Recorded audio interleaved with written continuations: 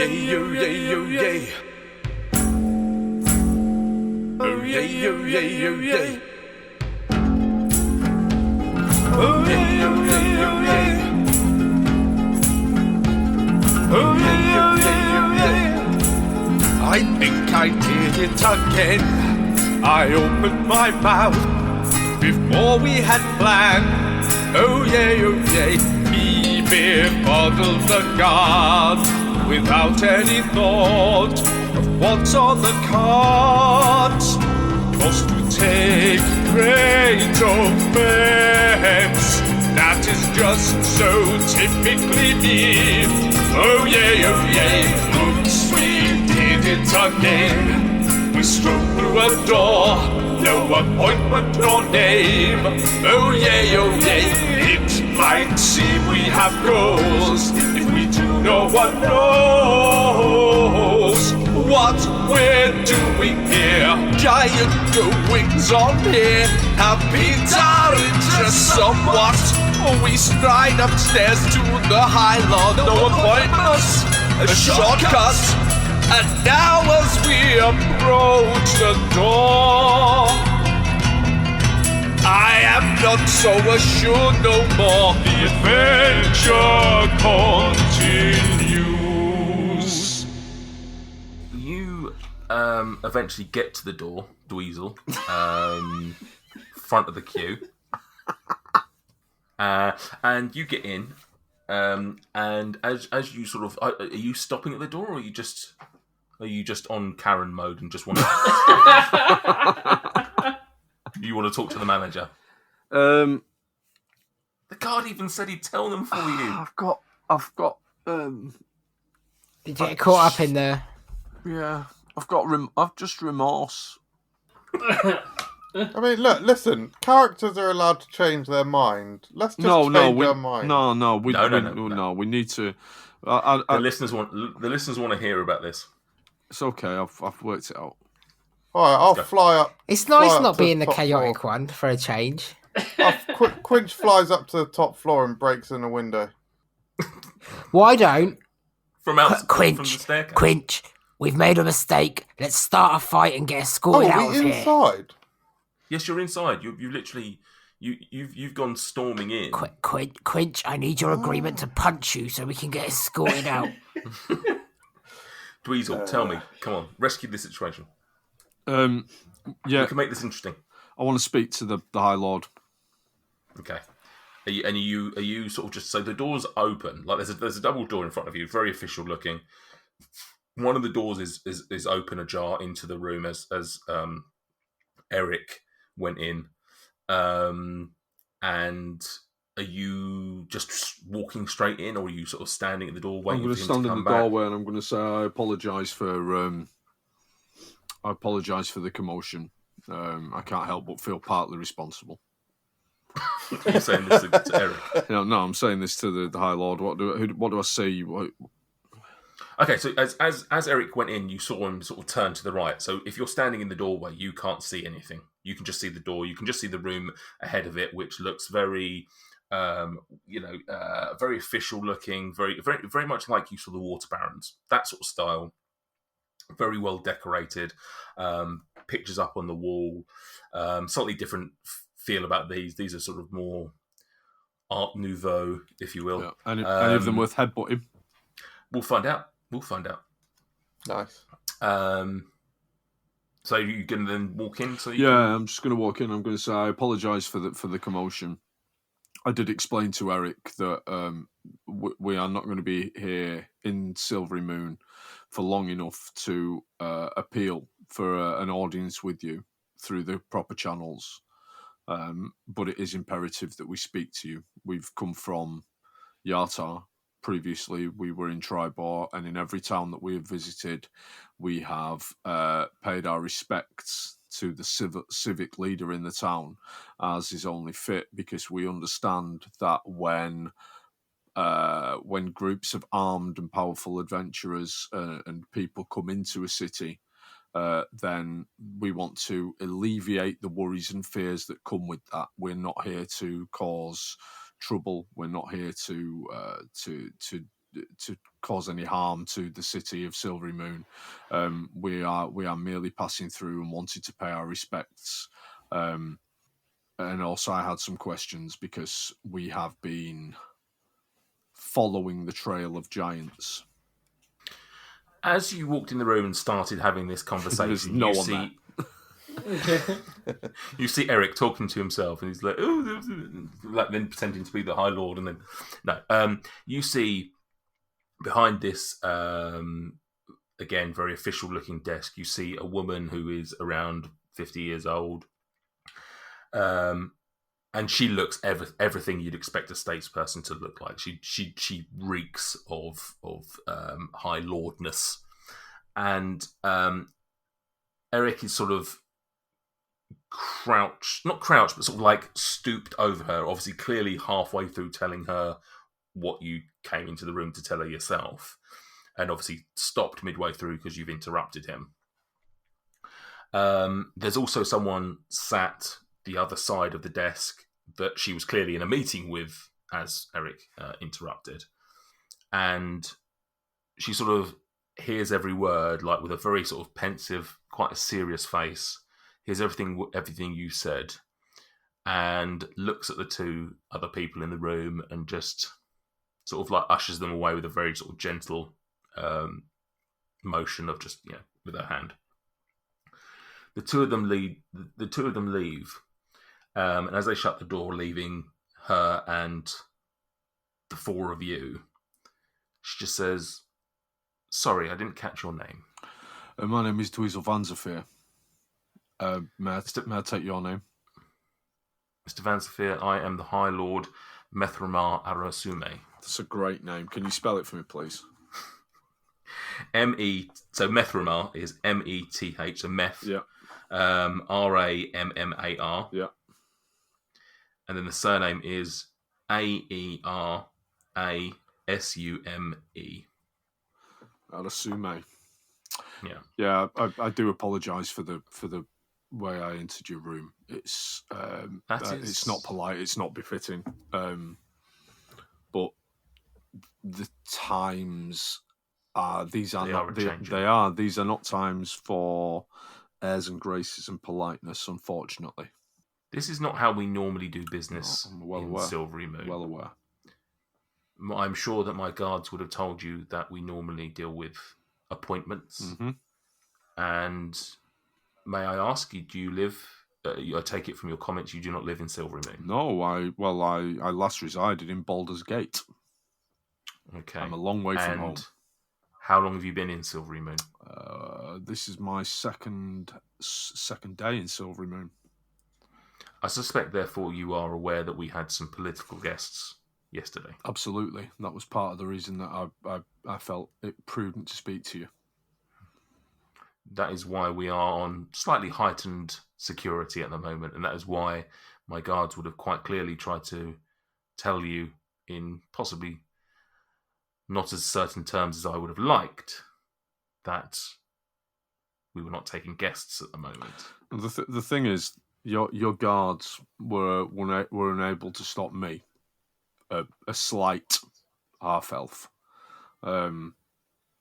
If I had meant harm, then your guards were not fit for purpose. I'm concerned for the safety of Silvery Moon, much as I was concerned for the safety of Tribor, much as I was concerned for the safety of Yartar, and for the safety of all of the innocent civilians. I've seen giants, I've seen creatures rampaging through towns. Silvery Moon is unlike these other cities you mention. I do not wish to be arrogant. I do not wish to speak of those others as if they were insignificant. But however, we do have a formidable defence. We have guards of the utmost order, and we have wizards who are able to protect us from anything that the guards are unable to do so. Greg scoffs and goes, "Wizards." Sorry, carry on. I thank you for you coming here, and I thank you for your concern. I would never turn away anybody who wished the best for not only this city, but any city in Faerun. But unless there is anything of particular note you wish to bring to my attention, I would like to thank you and bid you adieu. I won't take any more of your time. I've got 2 questions for you, if you don't mind, though. It will take a matter of moments. I think it would perhaps be prudent of us maybe to speak to your wizards, and also can you tell me where the giants have gone? With regards to wizards, they are very good at their job. With no disrespect to 4 strangers who have barged their way into my room, I'm not sure what you can help them with. And as for the meeting with the giant, that was... And she sort of scoffed at this as by appointment. Okay. That was... They reached out to discuss with us something that they wanted. That's as you can appreciate, again, as strangers, that's as much as I can give you. They were here amicably, if that is your concern. I appreciate that the times they are troubling, and there are some rumours of troubles with the giants. And if you are worried that they came here looking to storm the city or anything of that ilk, I can assure you that was not how I interpreted the meeting I had with the Countess. Well, listeners, it's a lovely, lovely moment where I've just seen Mike and Stuart hear the word Countess and go, "Ooh," and they write down their little notes. Sam's on his phone, and MJ's just smiling. So, it's just nice to know who is taking notes and who isn't. I'm a little bit disappointed to have been called out there. I have taken quite a lot of notes this evening. Just like that to be known. How many of them about the pork pie hat? There was only 2 notes about the pork pie hat. Right, yeah, I think that let's not waste any more time. She's not going to. I don't want to antagonise her. She's not going to give us any more. Why would she? This is like when we knocked on the door of the other woman's house and said, "Have you ever heard of Dabov?" Yeah, but she was just rude. What do you do for a living? I'm going to say that I got a much better vibe from this woman than we did from Nestor Ruthiol. Yeah. Of course. I think she seems a much more pleasant person. And bearing in mind, you sort of barged in on this woman. Yeah. She's Can I tried flip to give her desk? If you really want to, I think you've read the room poorly, though. There, yeah. Dabov, can you mage hand some good? Oh, no, wait.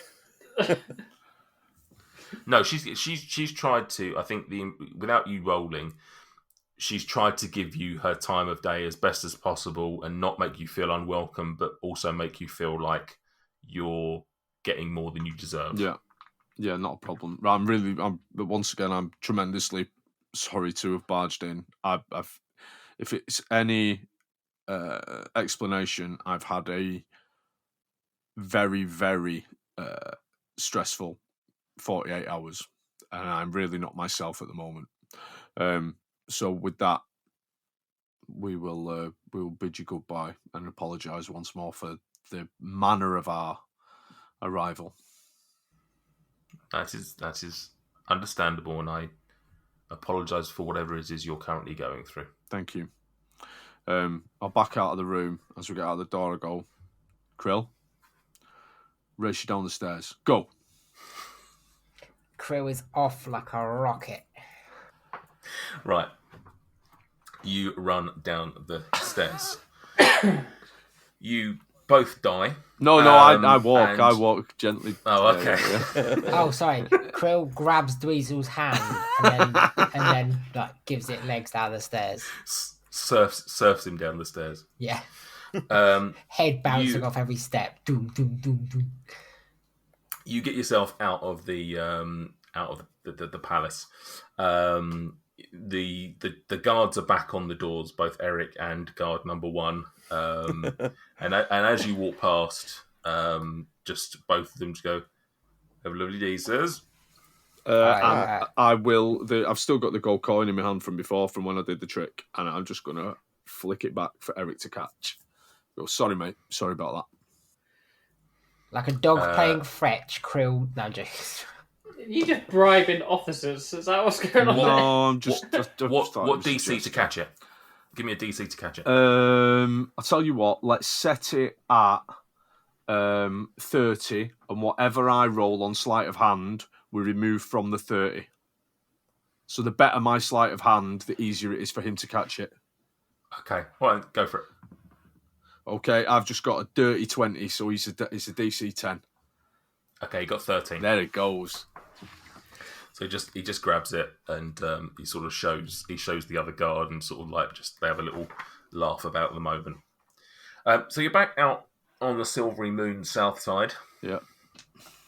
What do you want to do? It's probably now around 12 o'clock by the time you've walked over there and gone through all this shenanigans. Is it theatre o'clock? Is it? Yeah, it's got to be matinee time, hasn't it? The theatre did see, as you was walking past, you did see that the theatre was at 5. However, I'm happy to Benny Hill the day. Unless there's anything you particularly want to do, we can just say you mill around, get some lunch, see the sights. Yeah, let's theatre. Circus day out. Yeah, let's go watch the theatre. It feels like that is the. It feels like where we're being thing to do. supposed to go. It feels like the one thing we've avoided. Well, it's understandable. You don't go to the theatre the day after your mate dies, do you? Well, Unless you want to find a new character. Yeah. Unless you've got tickets that you can't get out of. So during the day, you mill around, you take in the sights, you sort of have a look around Silvery Moon. You eventually, though, around 4:30, start making your way over to does anyone remember the name of the theatre? Ooh. I've got Silvery Moon written down here. Is that something? The Silvery Moon Theatre Co. The Dancing Goat. We've got the Wayward House, the Golden Oak, and the Bright Blade Bran House. I think those are probably all inns. Are you reading all your notes, Sam? Yeah. In illegible writing. Oh, right, okay. It is the Anchor. That's what that word says. Oh, can read your writing. Got it. You make your way there, and you eventually get there at about 4:45, and you can already see that there is a queue there of approximately 100 people, give or take. But it's lucky that we came earlier in the day and booked those VIP tickets, so we skipped the queue. I like to go through each of them one by one and introduce myself until one of them is Luke answering. Sorry, carry on. Yes, we've homebrewed a new class, which is audience member. It has proficiency in listening and clapping. Proficiency in listening wouldn't get on in this game. Right, so you get there and join the back of the queue. And at 5 o'clock the doors open and everyone starts shuffling their way in. The theatre itself is nothing particularly spectacular. I mean, it's looks okay, looks fairly steady, but without anything particularly unique or interesting about it that stands out from the crowd. As you get to the front of the queue, or get close to the front of the queue, you can see a poster for the show, and it's across the top it says Rocks and Romance, an actual play, and underneath what you can see is like a table with various humanoid people sat around this table.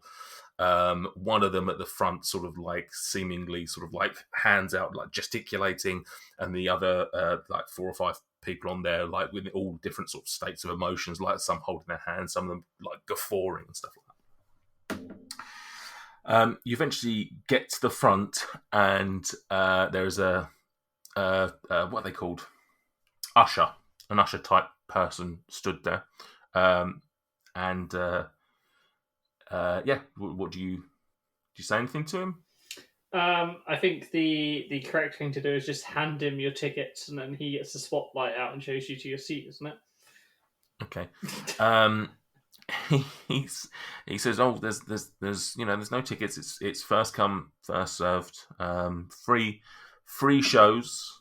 Why am I talking to you then? Out the way!"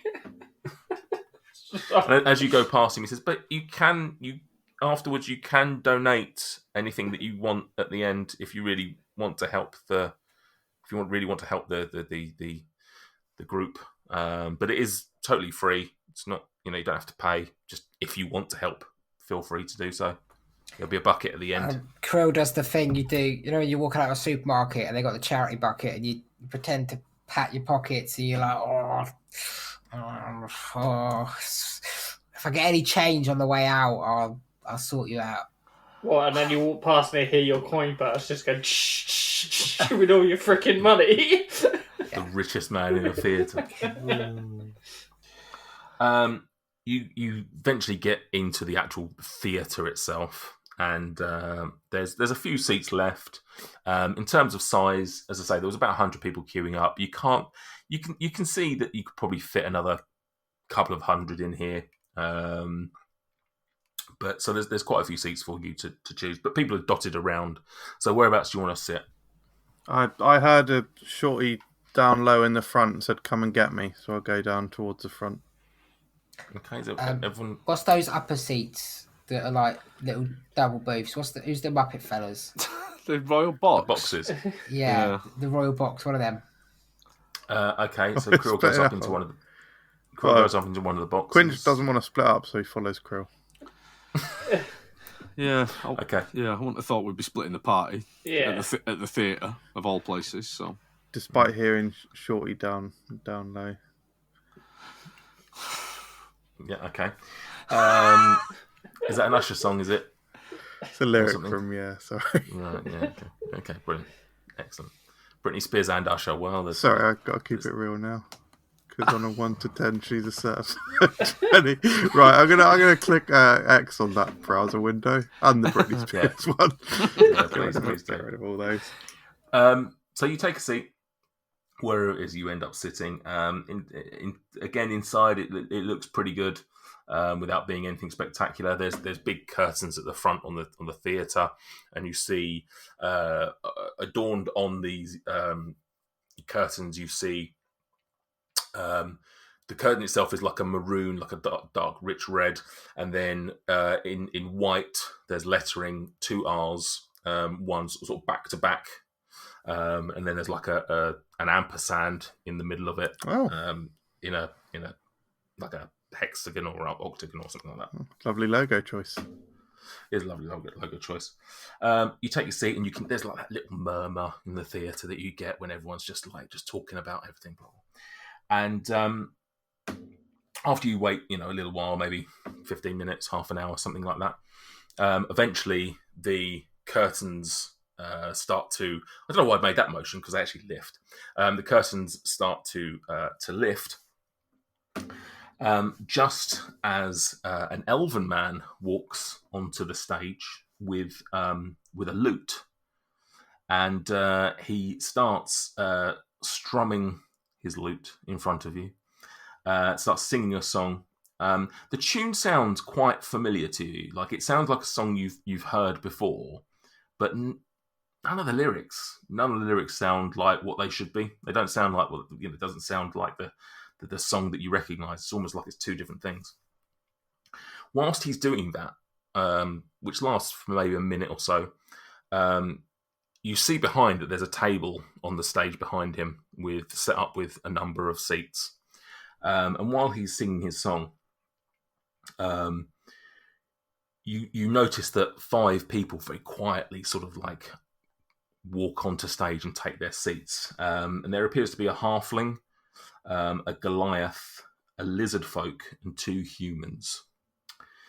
When the singer finishes, he actually then just goes and takes the final seat and sits at the table. Without missing a beat, one of the humans sat at the head of the table, starts reminding the others of some supposed recent events, or starts talking about things that may have happened to them recently. from what you can tell, this group is in the middle of what appears to be some sort of like improvised story. It's sort of like it doesn't feel scripted by any means. Although every now and again, one of the people on the stage, they'll say, "Oh, can I do something, or can I say something?" And the human at the head of the table will say, "Yeah, that's fine, but feel free to roll a dice." And they roll a dice, and depending on what number happens, they either get what they want or they don't. Over the next 45 minutes or so, the group discuss and act out a number of seemingly random events and unconnected situations, such as one of the characters spends like several gold pieces on toys for himself, seemingly at the expense of his poor wife. Another character happens to also get the same toys, but he just magically wins them and doesn't have to spend nearly as much money getting these. One of the other party members, for some reason buys incredibly large shoes. Doesn't it's his own thing. The fourth character, at one point, I don't know why this happens, but seems to have coffee tipped all over him. Berate a Turkish woman. Yeah, and the last guy it just seems depressed the entire time, as for some reason he has to tidy up after all of them. It's a bit confusing. The show is pretty much unlike anything you've ever seen before, and it seems to finish mid-story, almost mid-sentence at times. One of the cast stands up and thanks everyone for coming and says they'll be back next show tomorrow with more of the same story. And so you finally gather this is a serialized story, and you've missed a number of shows not understanding anything that's going on. So watching in isolation makes no sense, and perhaps you should find out what happened from the very first show. But you had a good time. Everyone in the theatre seemed to enjoy themselves, and it seems like the lizard folk in particular got a lot of the applause and laughter. Most chaotic, one would argue. Yeah, and if you were in Silvery Moon for longer, perhaps you'd visit again. After you leave the theatre, would you like to make any donations to... Oh, all the gold we have. All of it. It's just all going in there. Yeah, I'd like to give everything that I own, including the pork pie hat. Yeah. Nah. Yeah, I mean, I actually will dive into my own personal inventory for a copper piece. A copper piece. All right, okay. There's as you're leaving the theatre, you see like that there's an usher and other ushers as well, holding buckets. What are other people putting in? You see a range of things. You see anything from a copper piece all the way up to 10 gold pieces. Wow. Generally the lower amount. Yeah. It's the 10 gold is seemingly like quite an extravagance that most people don't. So yeah, but you put in whatever you think is. I mean, that's the important message, is that you can put in whatever you feel. You don't have to put in anything. They say that, but then they play on your guilt. Greg's going to put in 10 Ultimately, gold pieces, and he's also going to put in a business card. Not his, just a business card. What's Greg? Oh yeah, he doesn't know whose it is. It's for some fucking plumber down in. I just want to make sure that you understand that there's absolutely no need to pay anything. Like this 45-minute show that you got and that will come back all the time. It's completely free, and they will never charge you for it. It's just if you want to help their production costs. Yeah, if you don't give them the money to support their production costs, why are they going to continue to do it, Nate? Well, I mean, the theatre is quite nice, but they'd like to move on to a bigger stage, or maybe get some, slightly better equipment, a nicer table, or something along those lines. Oh, I can't. I just can't. I'm going to put 10 gold in. Yeah, let's get it. 10 gold. Is that from the kitty, or is that your money? It's all my money, let's be honest, mate. Yeah, I'm going to put in 10 gold as well. There you go. It's gone. is in Quinch there. is going to walk over to the lizard folk and give them a hand job. No. No. It wasn't that good a show to put in 10 gold each. How's the teddy bear armor working out for you, mate? I mean, I've. Oh. Thanks for listening. Make sure you don't miss out on the circus's next crazy antics by hitting subscribe on your podcast app of choice. And in between episodes, you can always find us on social media by searching Dyson Desire on Twitter, Facebook and Instagram. We're in our 3rd year now, and if you want to help us grow, you can do so in a number of ways. You can tell a friend, because word of mouth really helps us get our name out there, or you can review us on Apple or Podchaser to help with our visibility. Finally, you can donate to our Ko-fi page to help us take the show to the next level. All links can be found in this episode's description. And never forget, sometimes it is a dog licking the tree, yes? After the loss of his father, Colin must start over at a new school in a new city and make new friends. None of this comes easy to Colin, but he quickly finds a small group of like-minded role-playing friends that accept him for the slightly awkward teenager that he is. At the weekends as Sebastian, he battles to save Callum's Reach from the dark, malevolent creatures that inhabit the Brood Forest as part of their weekly game. During the week, Colin, prone to overthinking everything, must learn to face his own demons as he battles to fit in at Ridge Valley High School. Can Colin put into practice some of the skills that his character is learning and make the same impact at school as Sebastian is in the Brood Forest? Can his weekly game help Colin in more ways than he realises? The only way to find out is to read the book and see if Colin can become the Warlock at Ridge Valley.